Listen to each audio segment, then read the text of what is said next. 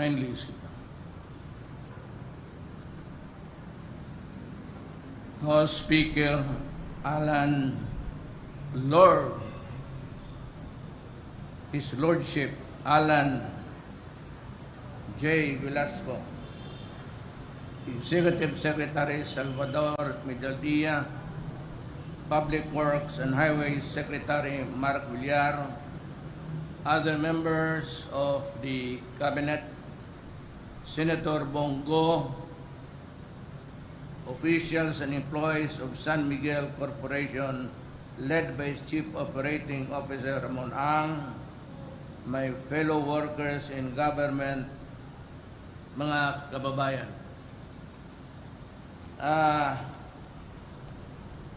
I would like to thank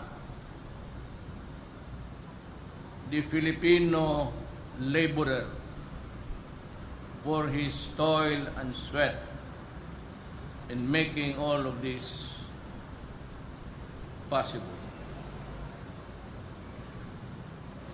They may not be earning much, pero ang trabaho pinakita nila will last for generations. So kung sino man ngayon ang mga trabahante dito, tanggapin po ninyo ang mainit kong pagbati. Then I would like to especially greet Mr. Ramon Ang, and of course, kasali na rin dyan si Mr. Pangilinan, for all of these grand infrastructures without compare. At salamat naman at sila yung nag-finance and they give us a very magnificent skyway. Salamat rin sa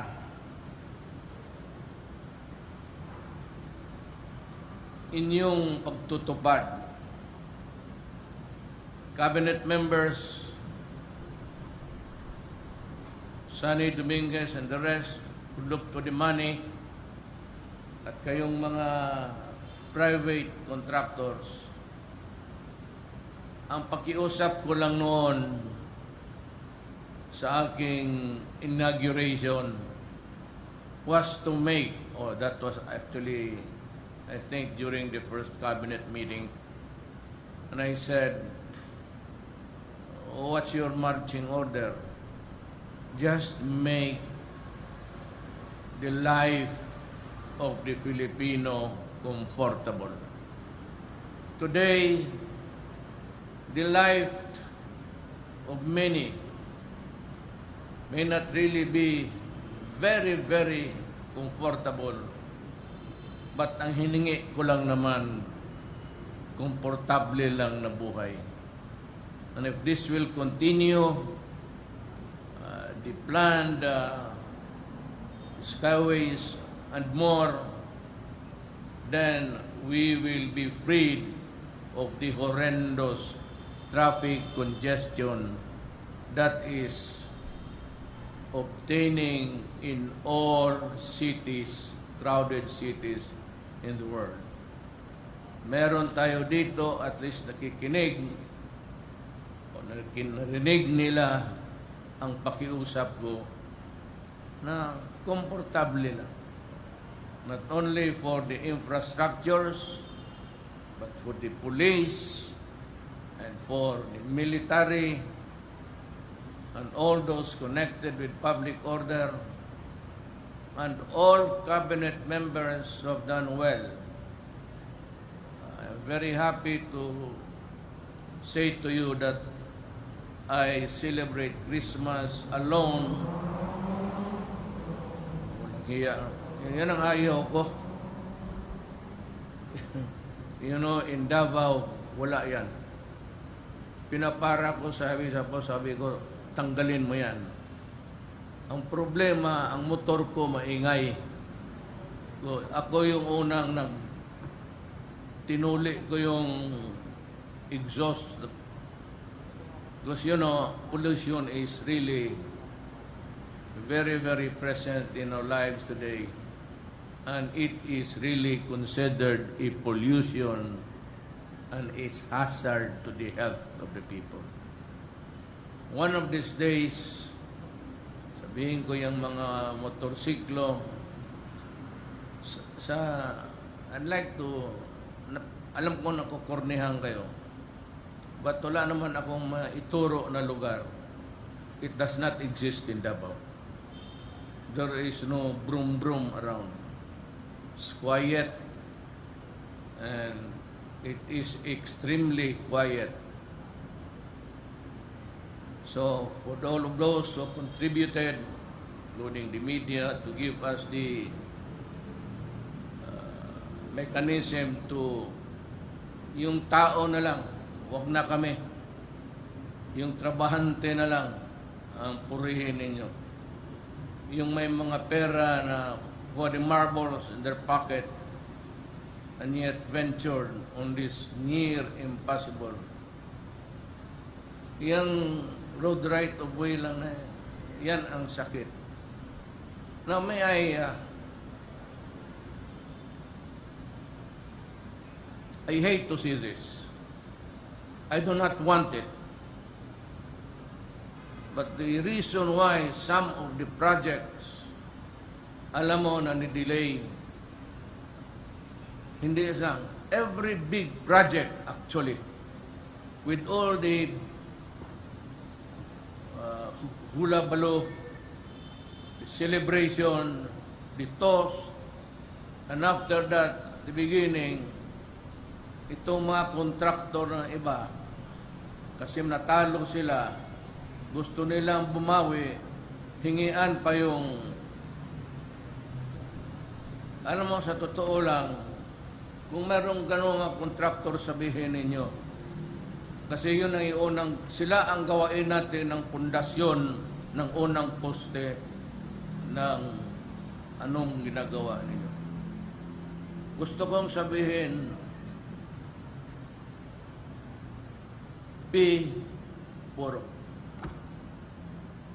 kung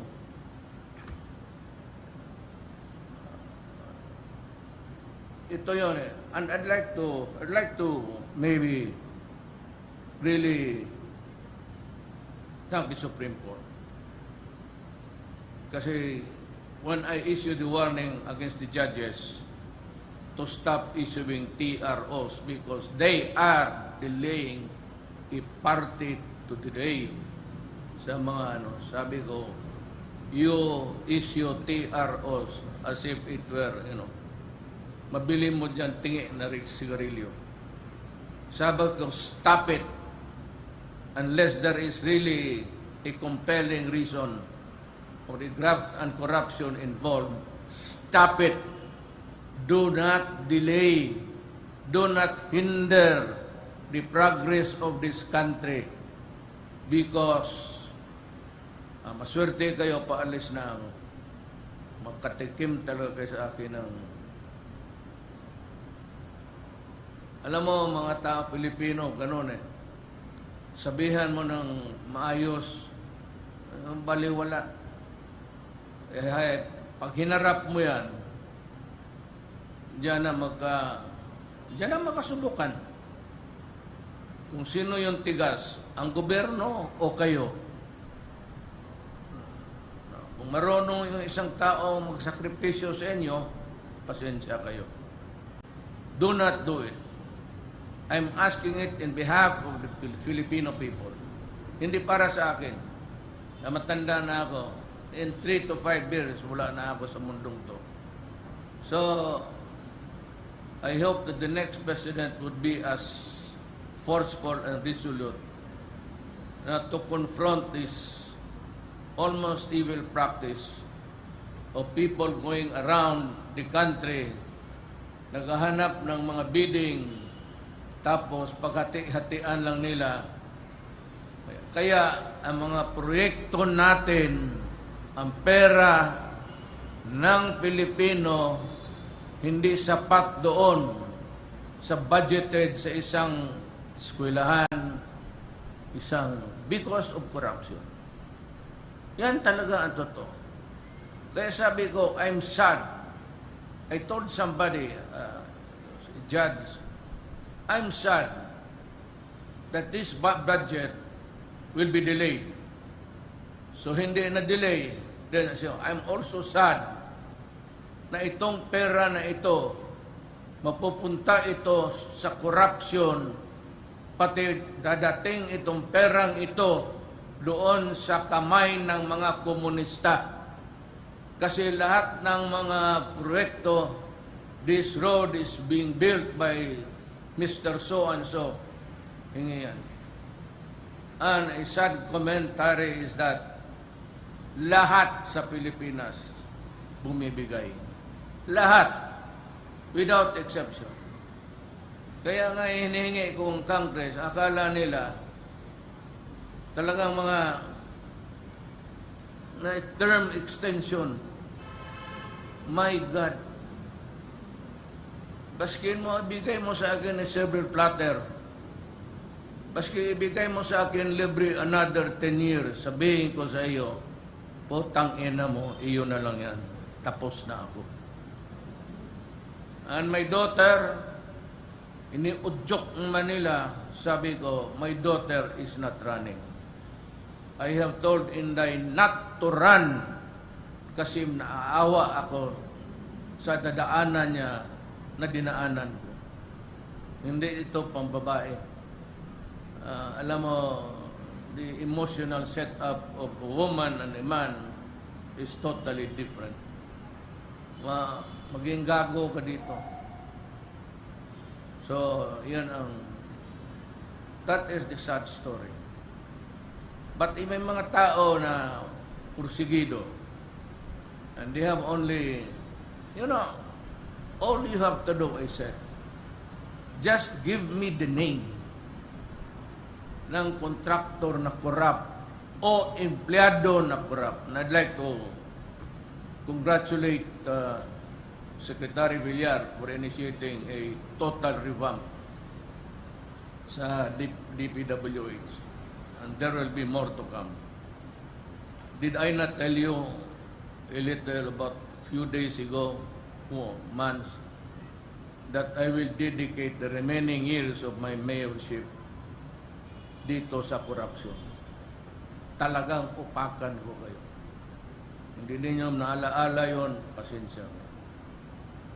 So, with the ongoing revamp, I expect more when I leave the office, medyo kailangan lang i-control ng susunod sa akin. It's not easy to go after them. Hindi mo basta-basta. Tatakbo yung Supreme Court, mag-TR. Sabi ko, you want a clean government. Judges, if you are with us, do not, unless it is a compelling reason that if buhay mo ang nakataya, huwag mo kasi makaaway tayo. It's either I will not allow you to stop it, mapapahiya ka, bubulyawan pa kita in public. Yan ang warning ko. Be careful. Talagang mumurahin ko kayo in public. So, be very careful. Huwag ngayon sa panahon ko. Not during my time. Somebody else's time, okay.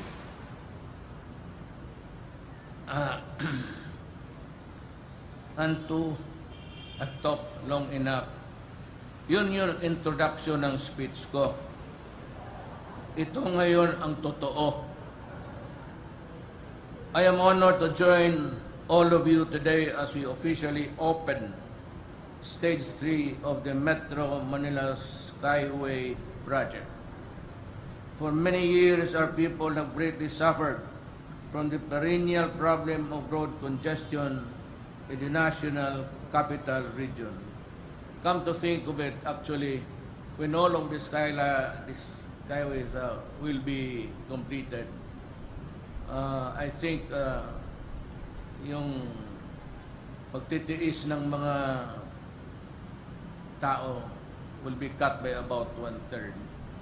not really that, but it will cut inconvenience and it will make you comfortable. For many years, our people have greatly suffered from the perennial problem. Today, to the hard work and cooperation of DPWH, Setra, the Central Expressway Corporation, and San Miguel Holdings, we finally opened this 19-kilometer segment of the Skyway which runs from Buendia to Makati to NLEX and here to Balintawak. Alam mo, sa totoo lang, hindi ko na alam. If you drop me dito banda, hindi ko na alam kung saan ako mag-uwi. That was when I was a student, may had a car. May Volkswagen ako, pero pang-aral lang yun eh. Dormitoryo.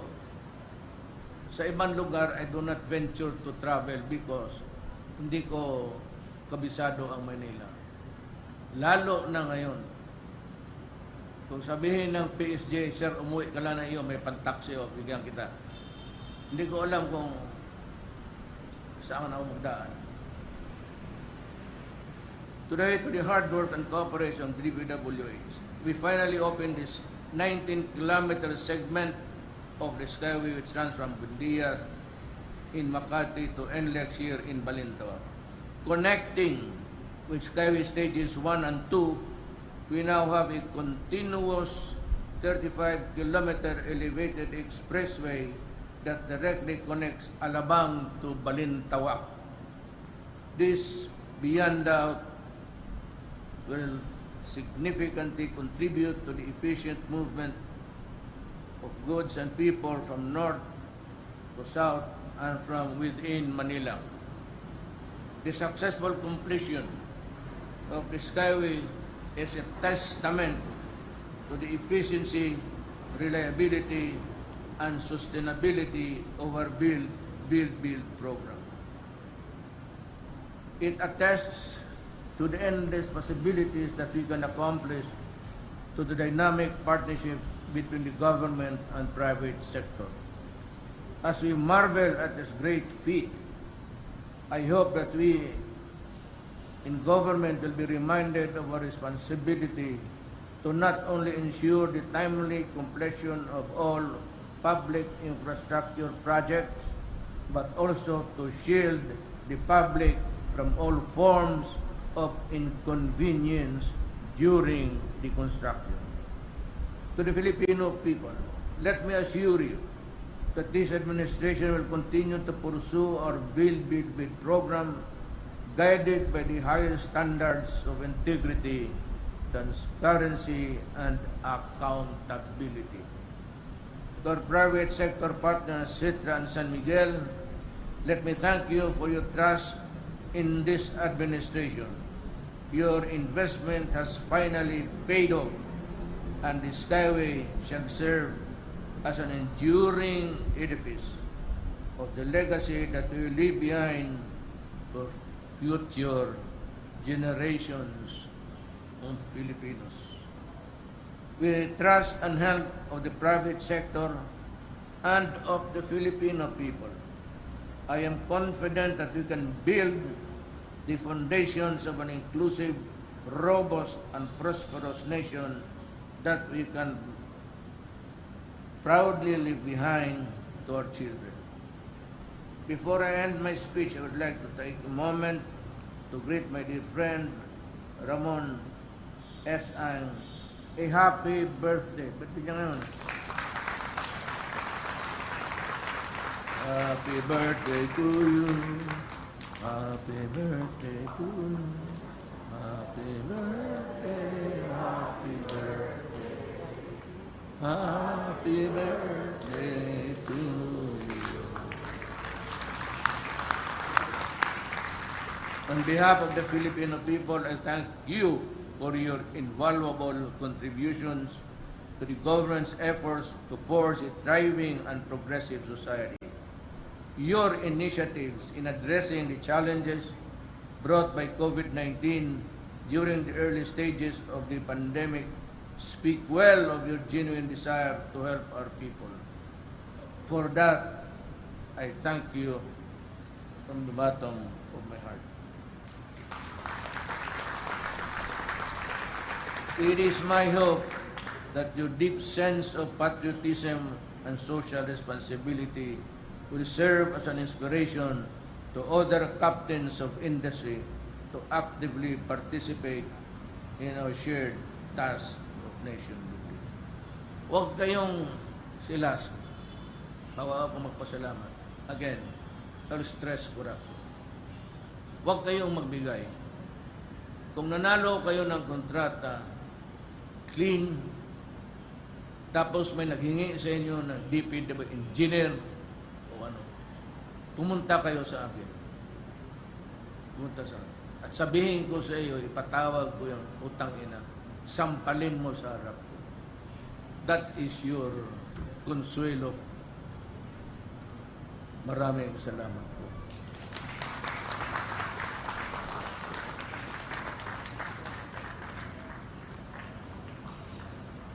Thank you, Mr. President. That concludes our event this afternoon. Thank you very much, President Rodrigo Robo Duterte, for gracing this momentous event. We are very honored with your presence. Again, ladies and gentlemen, President Rodrigo Roa Duterte.